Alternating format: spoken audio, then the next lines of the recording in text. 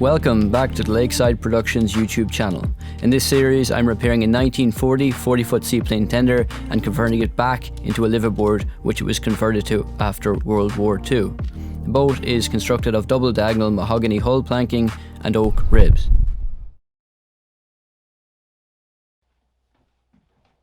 First I wanted to trim the Sapelli windshield supports, which I secured a while back. The hardened epoxy needed trimming, so I used a multi-tool for this and it worked well. I then sanded them down with the sanding attachment for the multi-tool.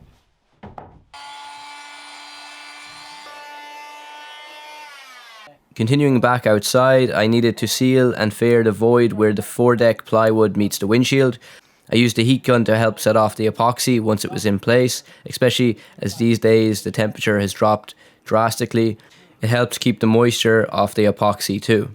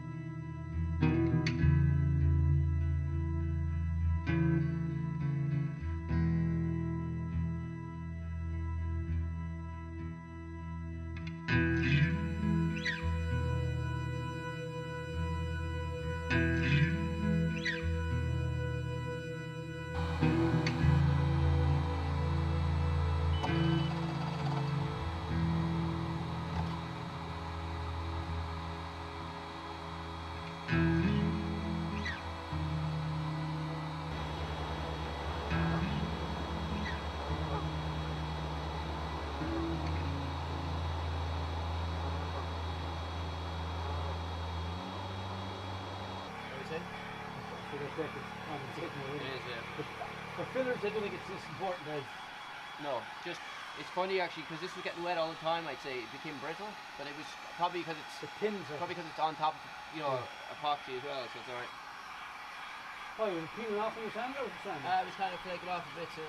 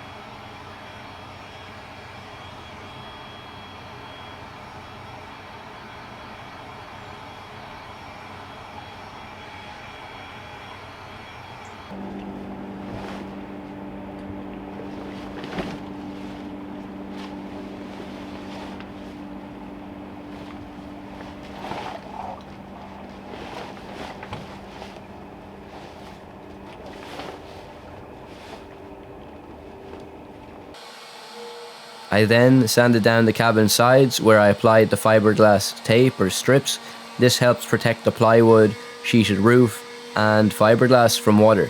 Once the area was sanded down, I wiped down the surface using acetone, and this is to remove any debris or dust that would be on the surface that would maybe prevent the epoxy from or paint from sticking well. So just in order to make sure the area was clean, I used a few different cloths and using a few coats or using a few passes of acetone on each cloth until the area was free of dust or debris.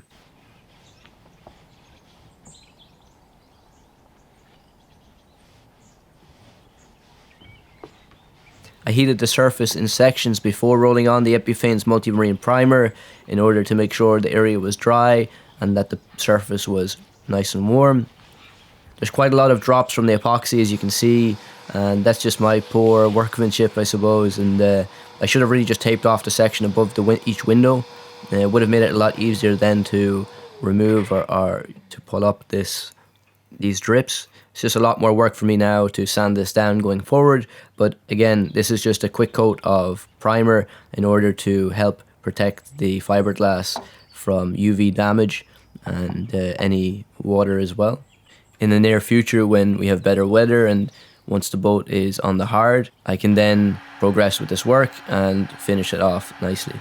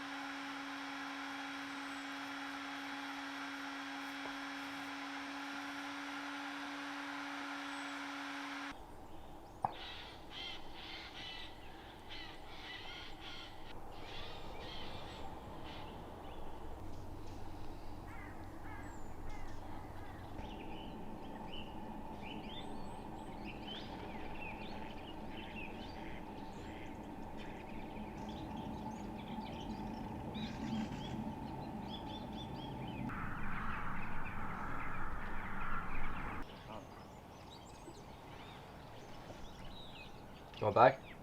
Yeah, no, you're just back. Right. You have to get to the stern.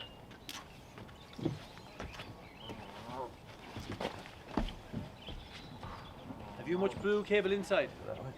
My dad and I moved the boat over to the front of the jetty, and this way the bow wasn't in the shade where it was beside the barge, and it'll get more sunlight for the fiberglassing work on the bow. To prep the area, we removed the T-post again. I sanded the epoxy around the area nice and flush.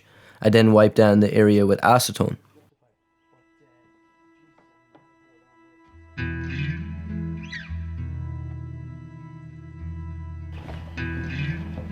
There's class with the rope coming out of the hawser. What's that? There's class with the rope coming out.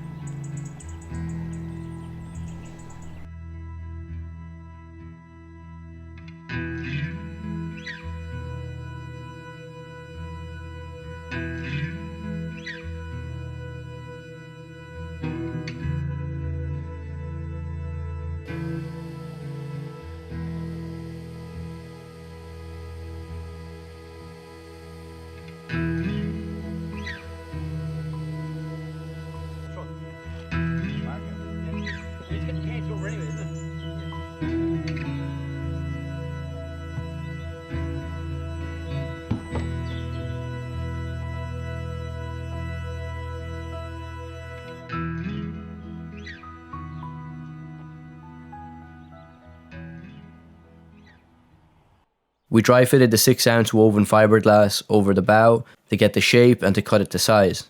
So unfortunately we adjusted the ropes of the boat and you can see now it's out of frame. You know, I was just in the middle of kind of fiberglassing and epoxy work, so I couldn't run over to the barge and adjust the camera, so I'm sorry that I didn't get it all in frame, but you get the general idea, and for the second half, or the second sheet of fiberglass, you can actually see the process.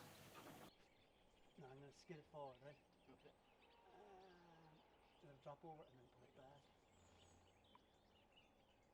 I'm gonna need a bit more here. You're gonna have to square. Oh, sorry. Don't pull any more back. That's it there. If you can square. Put your hand on it hard there. Yeah. Lovely like that, isn't it? Oh shit, I love it. I should have just cut the width and then. Well, I just measured the width and then cut it. Yeah. Because if that goes in the water, that's the end of that. It's supposed to take up enough now. You would have seen in previous episodes where we were fiberglassing, especially for on the roof, when we were glassing the roof, you see that we were doing it by squeegees and rolling at, squeegeeing at the epoxy to get it flush. And we also put the epoxy layer on first, wet out the wood of the roof, lay down the fiberglass, and then wet it out again. This time we chose to wet it out on the plywood. So the steps for the foredeck were as follows. The plywood of the foredeck was already pre-wet with neat epoxy and then sanded as well. So we lay our fiberglass over the top, and then we wet out our fiberglass from over top. So we poured out our epoxy. So now we have 9-inch metal rollers, and these guarantee that you have an even amount of epoxy applied. It's much easier to get an even layer of fiberglass throughout your epoxy, and that you don't flood it. And this worked well. It also worked quite fast. We were surprised at how fast we could work with this. And when my father did the work on the roof previously, epoxying it years back, he'd used the metal rollers with the washers. So it's the same kind of idea, and it allows you to get a nice even coat of epoxy. If it's too thick, you'll be able to spread that evenly and then roll it out to other areas of the fiberglass. Definitely get yourself one of these rollers. You can get them in all sorts of sizes, so make sure you check them out. Definitely will help you with doing any of your fiberglass work. Did you mark my size? Is that what that is? No.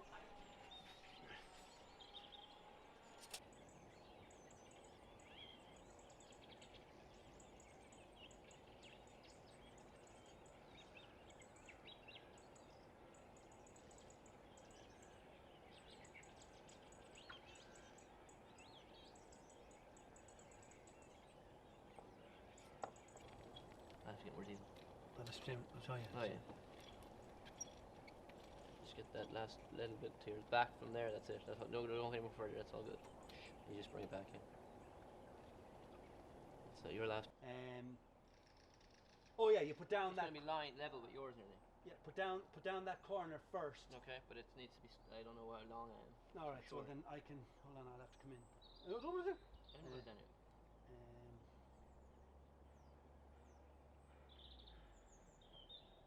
My side's drier. My side's drier. I think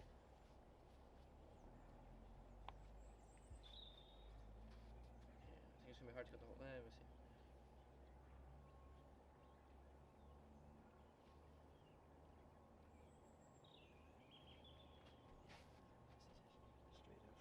Pull it straight across the window there.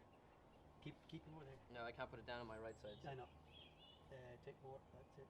Tight to the window like that. I have to do that because we need to pull this up.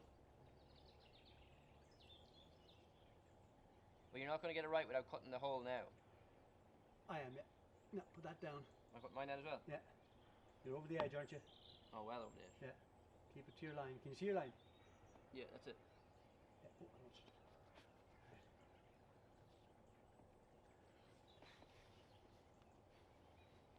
Now I'm pulling it back. Oh, sorry. Yeah. No, that's just because it was wet deck. You'll get it. It's hard now. You'll get it. Keep massaging it out. I know Out how to your we used to right. do it. You've low. Oh no! Don't take me this way. Oh, sorry. You got loads there, didn't you? Okay. Now, yeah, but you can massage away. Now we're going to have to cut that. That's causing us problems. Yeah, I'm going to do that now when you tell me you've enough and that it's all square. I have enough. You enough? Yeah. And I'm to the So window. I Look. can't straighten this out yet. I'm to the window. Yeah. And we can fix that. No, you're not cutting it to this, remember, you're cutting it to another part. Which part? The outer corner. But I need to cut that first. Yeah. Oh, why waste it? Cut it this way. There's no stains, is there? No, not that I can see, so we should be very careful next time. Have it wet out in 10 minutes. Yeah.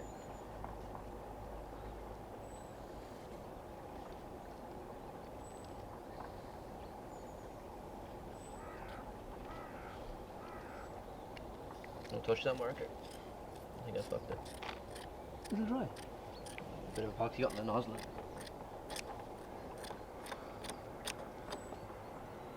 I think they actually smell of acetone, so they won't stick. The markers? Yeah.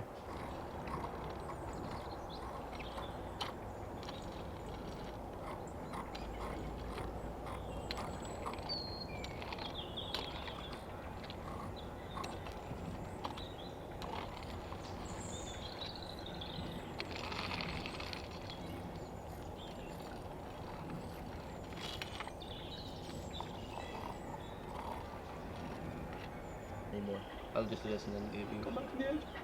some after. I roll that, you go make more. You sure? Yeah. Wow. Well.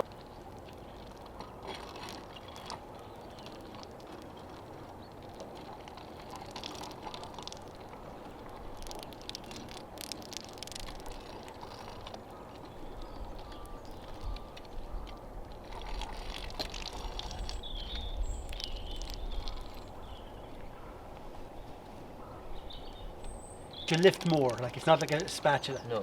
You can't cheat with it.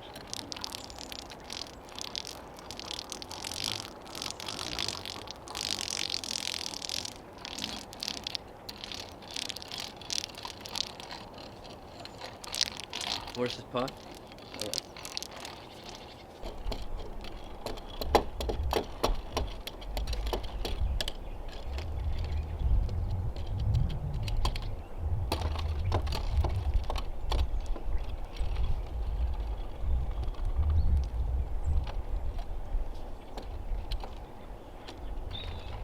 Imagine a bird stuck to it. Max. Or God. Max. Oh God, you'd have to put him down. I remember Patch was there fighting.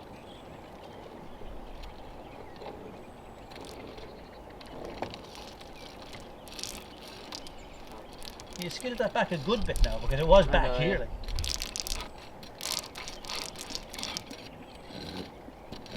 So now that the sunlight was off the foredeck with these shorter evenings, there was a risk of, with the temperature dropping, that there would be moisture or condensation on the epoxy, getting into the epoxy. So what I did is I blasted the diesel heater. I set it up to, I put it on max 30 degrees Celsius, and I piped that up into the V-berth so that we left the hatch off. I also used the heat gun just over top for about 40 minutes, going that painstakingly going back and forth, a bit tedious, but I definitely think it helped in setting off the epoxy quicker.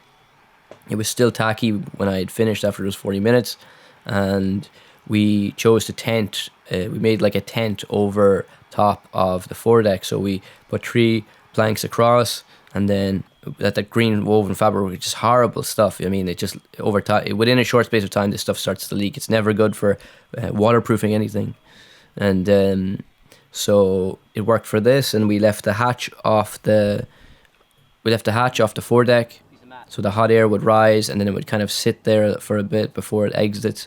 And yeah, it worked well. You know, I went to the gym, I came back, and it was set off. The epoxy was set. There's a small bit of staining. You can see a white kind of opaque layer over top of the epoxy, but that's only on the top. Luckily, it's just a texture. It's not within the epoxy itself. It's just from a drip or two that got through that green cover, and that'll sand out nicely, and we'll get that painted for the winter ahead. She's moving a lot. Oh, we can go back a lot. I didn't know the planks this long. No, it didn't. It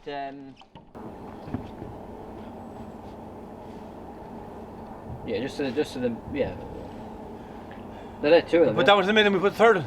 We might need one in the middle. Yeah, that one over the side. That one in the middle, and then another one. Yeah, because that keeps the cover. We're gonna get another one. I have a third in there.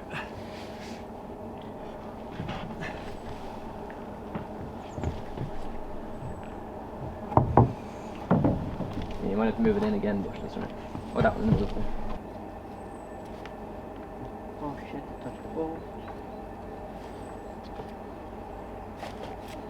Oh fuck! There's music. As high as you can, right? Well, like that's the highest I can go. Look.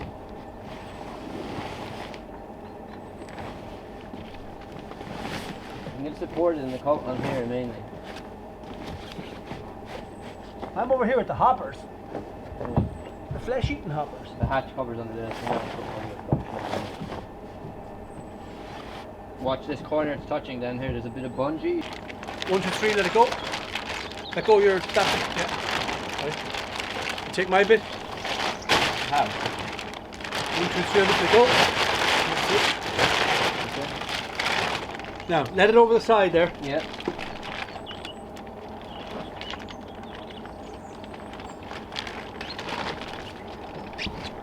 Which one is it?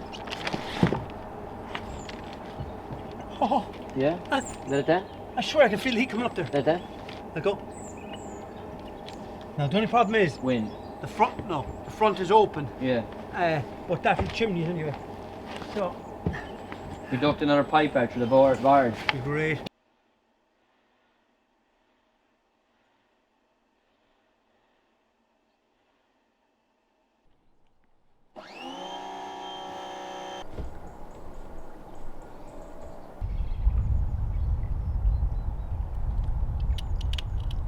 So I trimmed the excess fiberglass using a scissors. I then used a multi-tool with the sanding attachment, and that helped take all those rough edges and bring them down flush. Obviously with the hoover as well to suck up all of the dust. Next I will apply fiberglass strips or tape to the surround, and this way it will help protect the fiberglass top edge fully. And obviously the plywood, I mean the plywood is faired already with thickened epoxy, neat and thickened epoxy, so there's no way water can get in there. And the fiberglass tape will then help bring that to the next level of protection.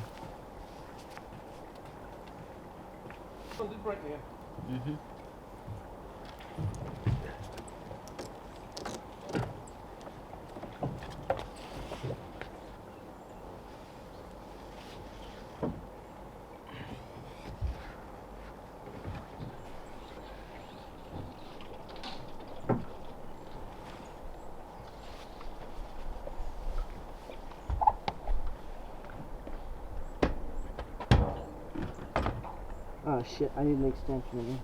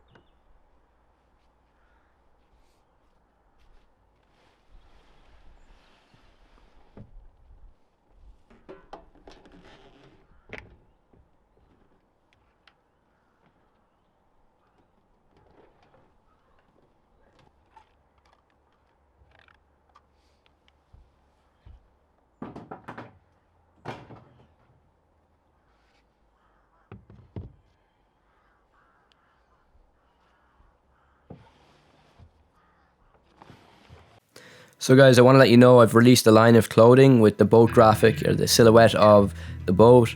If you want to support the channel further, you can pick up one of these hoodies or t-shirts or jumpers. I also have a PayPal and Patreon link in the description below if you feel like further supporting the project in that way. And thanks for the continued support, guys. I really appreciate it. As always, stay productive and have fun creating. I will see you all in the next episode.